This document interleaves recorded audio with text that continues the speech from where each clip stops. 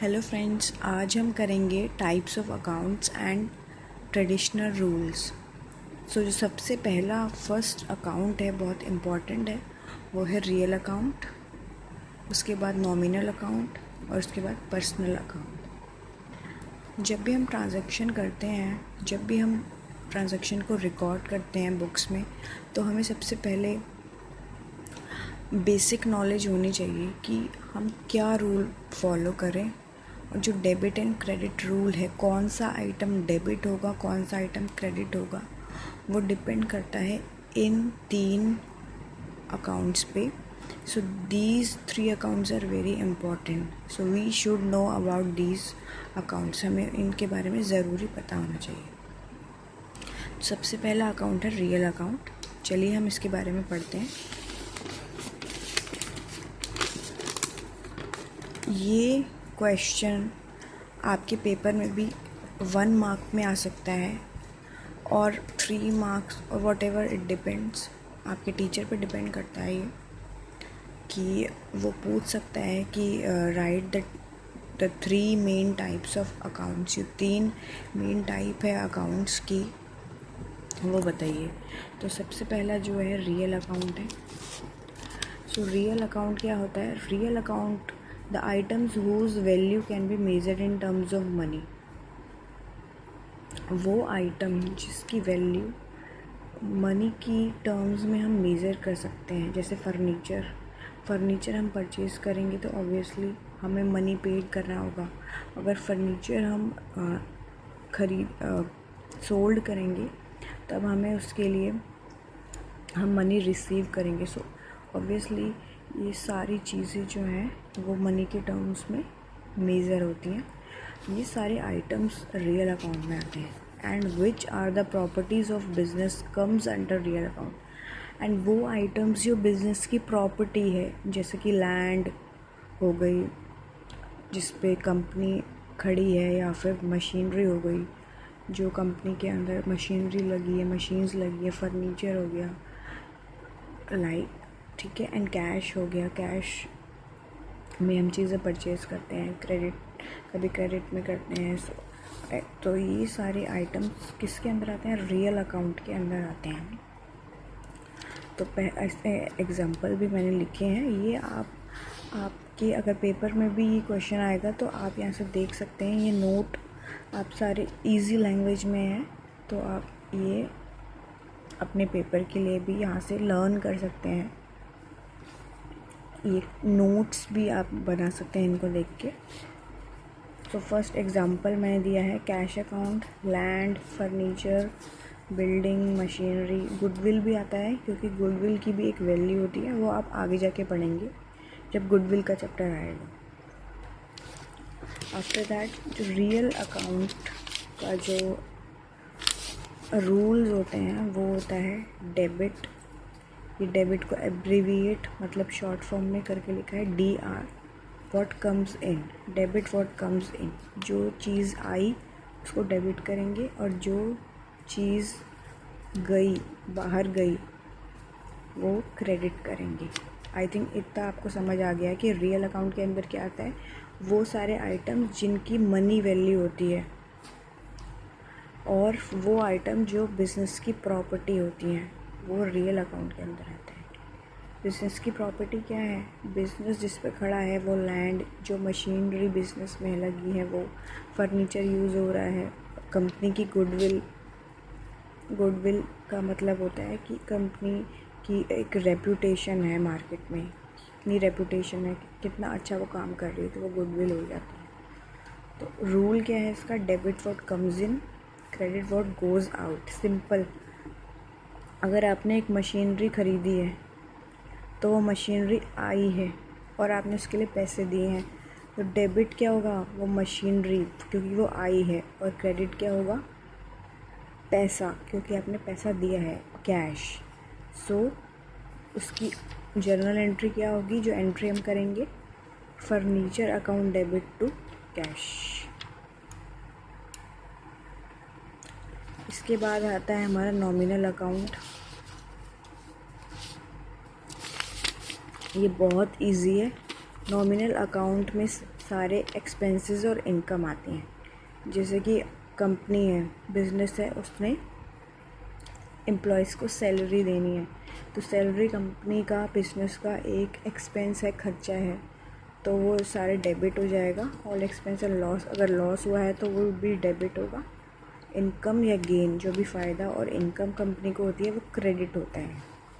जैसे कि आपको रेंट आपने रिसीव किया, आपने एक बिल्डिंग किराए पे चढ़ा रखी है, उसका रेंट आया, तो वो आपको इनकम ही तो है, तो वो क्या होगा, क्रेडिट होगा। इसके एग्जांपल भी देख लीजिए, rent received, salary paid, commission received and interest paid. Rent receive, आपको रिसीव हुआ, वो आपकी इनकम है। सैलरी पेड, ये आपका खर्चा है। कमीशन रिसीव्ड, ये भी आपकी एक इनकम है। इंटरेस्ट पेड, इंटरेस्ट आपने दिया है, पैसा जा रहा है, तो ये आपका एक्सपेंस है। उसके बाद थर्ड अकाउंट जो आता है वो होता है हमारा personal account. Personal account related to an individual, firm, institution, company. Personal नाम से ही आप देख लीजिए। पर्सनल अकाउंट जो रिलेटेड होता है एक इंडिविजुअल से, किसी भी इंडिविजुअल पर्सन से, किसी भी फर्म से, इंस्टीट्यूशन से या कंपनी से। पर्सनल अकाउंट 3 अकाउंट में डिवाइडेड होता है, बहुत इंपॉर्टेंट है ये। एक तो नेचुरल पर्सन अकाउंट, जो कि ह्यूमन बीइंग से रिलेटेड है, human related to human beings, जैसे कि राम, श्याम। इसमें कैपिटल भी आता है। कैपिटल मैंने क्यों लिखा है, क्योंकि कैपिटल कौन देता है, कोई भी ओनर ही कैपिटल देता है। कैपिटल का मतलब होता है money invested in the business by the owner. जो ओनर पैसा लगाता है, वो उस पैसे को, उस अमाउंट को कैपिटल नाम दिया जाता है। कैपिटल कुछ नहीं है, कैपिटल पैसा होता है, अमाउंट ऑफ मनी, पैसे को कहते हैं, जो कि ओनर लगाता है, इसलिए उसको कैपिटल। तो ये कैपिटल किससे रिलेटेड है, एक आदमी से, एक ह्यूमन बीइंग से, इसीलिए ये नेचुरल पर्सन में आया है। उसके बाद है artificial person account, personal account.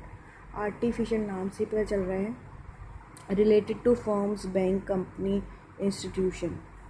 इसमें क्या आते हैं, ये कोई भी बैंक, कोई भी इंस्टीट्यूशन, कोई भी कंपनी जिसका कोई फिज़िकल एग्जिस्टेंस नहीं है, लेकिन वो पर्सनल अकाउंट के अंदर आते हैं, क्योंकि वर्क तो वो करते हैं, वर्क तो उनमें बैठे एम्प्लॉयज़ करते हैं, लेकिन नाम किसका चलता है, उन एम्प्लॉयज़ का नहीं चलता, कंपनीज़ का, उन फर्म्स का चलता है, इसलिए ये आर्टिफिशियल पर्सनल अकाउंट के अंदर आते हैं। उसके बाद तीसरा जो इसका पार्ट है वो है representative personal account. Representative personal account में क्या आता है, ऐसे आइटम्स जो किसी पर्सन को या फिर ग्रुप ऑफ पर्सन, बहुत सारे लोगों को रिप्रेजेंट कर रहा है। Account which represent a person और ग्रुप ऑफ पर्सन, जैसे कि सैलरी आउटस्टैंडिंग, कोई पर्सन है या बहुत सारे एम्प्लॉयज़ हैं, उनकी सैलरी आउटस्टैंडिंग है, अभी तक नहीं मिली है, तो ये सारा किसमें आएगा, रिप्रेजेंटेटिव पर्सनल अकाउंट। आप बोलोगे कि सैलरी तो एक सैलरी अगर पेड है, सैलरी पेड तो आप बोलोगे नॉमिनल में आना चाहिए क्योंकि वो खर्चा है। यस, सैलरी पेड या फिर रिसीव, अगर सैलरी हमें हुई है वो नॉमिनल में आएगा, क्योंकि सैलरी रिसीव एक इनकम है, सैलरी पेड जो हम करेंगे वो एक खर्चा है। लेकिन सैलरी आउटस्टैंडिंग, जो सैलरी नहीं मिली है एक कुछ एम्प्लॉयज़ को, एक कंपनी के एम्प्लॉयज़ को, वो रिप्रेजेंट कर रहा है कि उन एम्प्लॉयज़ को नहीं मिली है, यही डिफरेंस है इसमें, इसलिए वो रिप्रेजेंटेटिव पर्सनल अकाउंट का पार्ट हो जाएगा। मैं आपको एक और चीज़ बताना चाहती हूँ, कोई भी आइटम सैलरी या फिर कुछ भी, सैलरी नॉमिनल का पार्ट है, लेकिन अगर सैलरी आउटस्टैंडिंग है तो वो किसका पार्ट बन जाएगी, पर्सनल का। या फिर प्रीपेड रेंट, पहले ही रेंट पेड कर दिया है, रेंट भी एक नॉमिनल का पार्ट है। रेंट एक अगर रिसीव करोगे तो इनकम है, अगर दोगे, पेड करोगे तो एक एक्सपेंस है। लेकिन जब वो प्री पेड है, जब ये प्रीफिक्स उसके आगे लग गया कि वो पहले ही मिल गई है, तो वो भी पर्सनल का पार्ट बन जाता है। और आउटस्टैंडिंग कुछ भी सफिक्स प्रीफिक्स, ये आउटस्टैंडिंग और प्रीपेड अगर पहले किसी भी आइटम के जो कि नॉमिनल का पार्ट है उनके आगे लग जाए तो वो पर्सनल बन जाता है। नाउ जो रूल है पर्सनल अकाउंट का,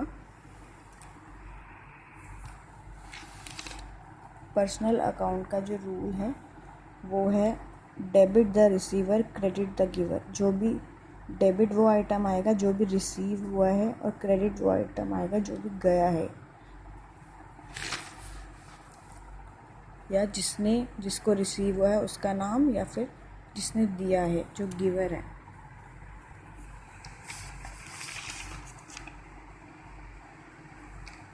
These rules are also called golden rules of accounts. In rules को गोल्डन रूल्स भी कहा जाता है। आई थिंक थोड़ी प्रॉब्लम आ रही है देखने में, ये आप नोट कर लीजिए। These rules are also called golden rules of accounts. ये जो रूल्स मैंने बताए हैं, एक तो debit what comes in, real account का रूल है, और नॉमिनल का है all expense and losses debit, all income and gains credit. ये रूल्स ट्रेडिशनल रूल्स हैं। मॉडर्न रूल्स मैं दूसरी वीडियो में बताऊंगी। ये ट्रेडिशनल रूल्स हैं, इनको गोल्डन रूल्स भी कहा जाता है। अब हम थोड़े से क्वेश्चन भी करेंगे। हम 3 क्वेश्चन करेंगे जो कि जिससे कि हम आपको पता चल जाएगा जो हमारा रियल, पर्सनल, नॉमिनल अकाउंट के बारे में आपको थोड़ी नॉलेज हो जाएगी।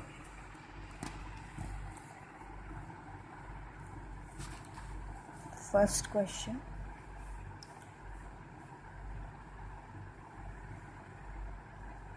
रियल अकाउंट के ऊपर मैं एक क्वेश्चन करा रही हूँ।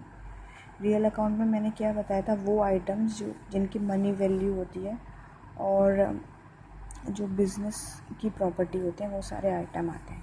तो एक क्वेश्चन है, furniture of ₹20,000 purchased for cash. Furniture purchase किया है 20,000 कैश पे। तो इस क्वेश्चन में 2 अकाउंट का इफ़ेक्ट आ रहा है, 2 अकाउंट पे इफ़ेक्ट पड़ रहा है। एक तो फर्नीचर पे क्योंकि फर्नीचर हमने परचेज़ किया है, एक कैश पे क्योंकि कैश हमने पेड किया है। रियल अकाउंट का मैंने आपको रूल बताया था। रियल अकाउंट का रूल होता है, ये देखिए, debit what comes in and credit was what goes out. उस बेसिस पे करेंगे हम। डेबिट व्हाट कम्स इन, क्या आया है हमारे पास आया है फर्नीचर। फर्नीचर अकाउंट डेबिट 20,000 का फर्नीचर आया है। डेबिट व्हाट कम्स इन, ये डेबिट हो गया। DEBIT, डेबिट को एब्रीविएट मतलब शॉर्ट फॉर्म में लिखेंगे DR।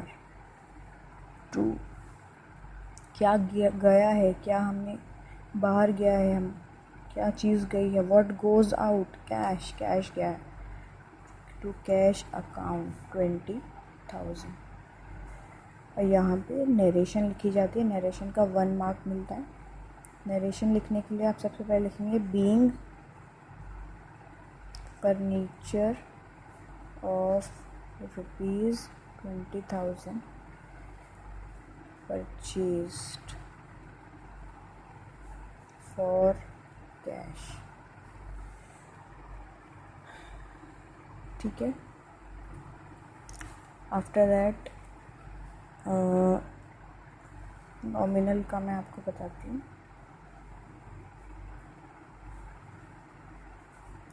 आप एक चीज़ नोटिस करिए, फर्नीचर भी किसका पार्ट है, रियल अकाउंट का। ये आइटम रियल अकाउंट के अंदर आता है। कैश भी रियल अकाउंट, लेकिन क्वेश्चन कुछ भी हो सकता है, उसमें आइटम्स किसी भी अकाउंट से रिलेटेड हो सकते हैं, वही मैं आपको ये बताने जा रही हूँ। सैलरी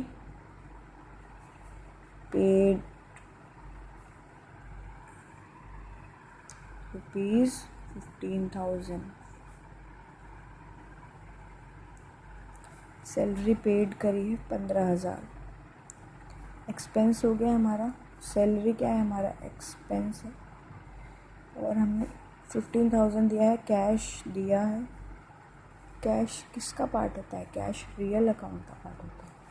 सैलरी किसका पार्ट है? सैलरी नॉमिनल का ही पार्ट है, ये हमें पता है। यहाँ पे ना आउटस्टैंडिंग है ना प्रीपेड है, तो ये नॉमिनल का ही पार्ट है। इसीलिए रूल क्या था नॉमिनल का? Debit all expense and loss. तो सैलरी लिखेंगे हम, सैलरी अकाउंट डेबिट, क्योंकि ये एक एक्सपेंस है। 15,000 टू कैश। क्या रूल होता है रियल अकाउंट का? कैश दिया है ना हमने, पेड किया है, एक्सपेंस तो डेबिट हो गया, और हमने पेड क्या किया है? कैश। और रियल अकाउंट के अकॉर्डिंग रूल जो होता है वो होता है व्हाट गोज़ आउट। हमारे पास से क्या गया है? कैश गया है, व्हाट गोज़ आउट 15,000। सिंपल। आप नरेशन लिखेंगे, बीइंग सैलरी और ऑफ ₹15,000 पेड। ठीक है, सिंपल। क्वेश्चन में किसी भी अकाउंट के आइटम्स आ सकते हैं, ये बहुत इजी है, ये बेसिक है, और यही चलता रहता है अकाउंटेंसी में। 11th में, 12th में, जितना आप आगे बढ़ोगे आपको बेसिक का पता होना चाहिए, और बहुत इजी है। अगर आप एक बार समझ गए तो मतलब आपको अकाउंटेंसी आ गई। आगे अकाउंटेंसी तो आपको ऐसे ही आ गई, 70% आपको अकाउंटेंसी आ गई, अगर आप ये रियल, नॉमिनल और जो हमारा पर्सनल अकाउंट है वो आप पहचान गए, और उसके आइटम्स और उसके रूल्स पहचान गए। थर्ड है पर्सनल अकाउंट। पर्सनल अकाउंट जो कि मैंने आपको बता दिया था, उसके रूल्स होते हैं debit the receiver, credit the giver. ₹5,000 paid, ये क्वेश्चन बता रही हूँ मैं, ₹5,000 पेड टू राम। राम एक कोई आदमी है, उसको ₹5,000 दिया है। आई थिंक थोड़ा ब्लर हो रहा है।